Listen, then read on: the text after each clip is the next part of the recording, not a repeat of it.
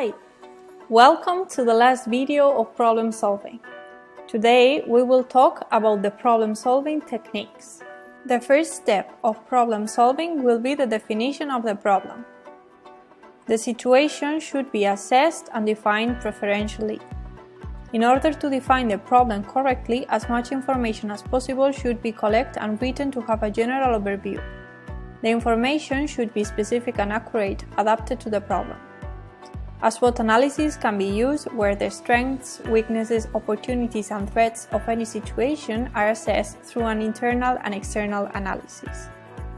Then, the establishment of the goals that want to be achieved by assessing them with specific terms that can measure the progress. The second step is the generation of alternative solutions. This step will be done once we have clear which is the problem that needs a solution. The brainstorming can be useful for this, focusing on specific solutions and avoiding the abstract ones. Moreover, mind maps techniques can be applied to foster creativity and diversity in the solutions. The variety will provide better results, and enough quantity and quality of proposals is also a key feature for success. Then, the third step will be the decision making. Once all the possible situations have been evaluated, one needs to be selected.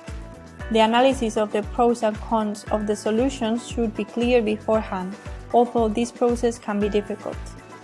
Moreover, if the answer or solution to the problem cannot be found, alternative techniques can be followed. These techniques can be to ask another person how would he or she solve the situation. Finally, we have the review of the outcome.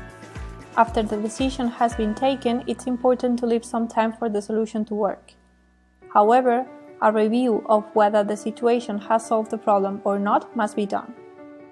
Also, in terms of learning, it's important to review and analyze the whole process that has been followed for being able to be aware of possible mistakes, wrong decisions or good ones, for avoiding the repetitions or try the same things for the next time.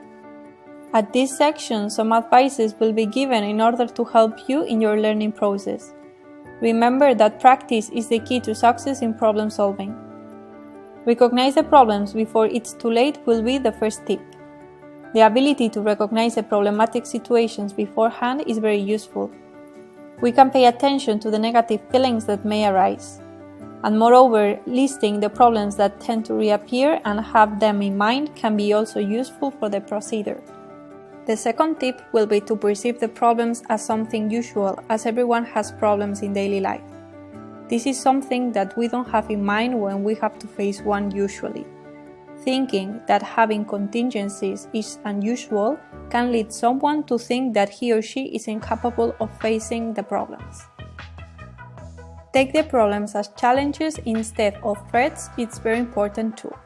The self-encouragement to determine which challenges or opportunities arise when a problem happens instead of focusing only in the negative aspects can help to reinforce the self-esteem and the problem-solving abilities.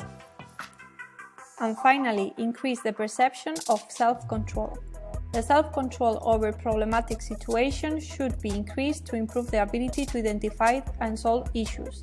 Moreover, control tests can be done in order to check the progress of oneself.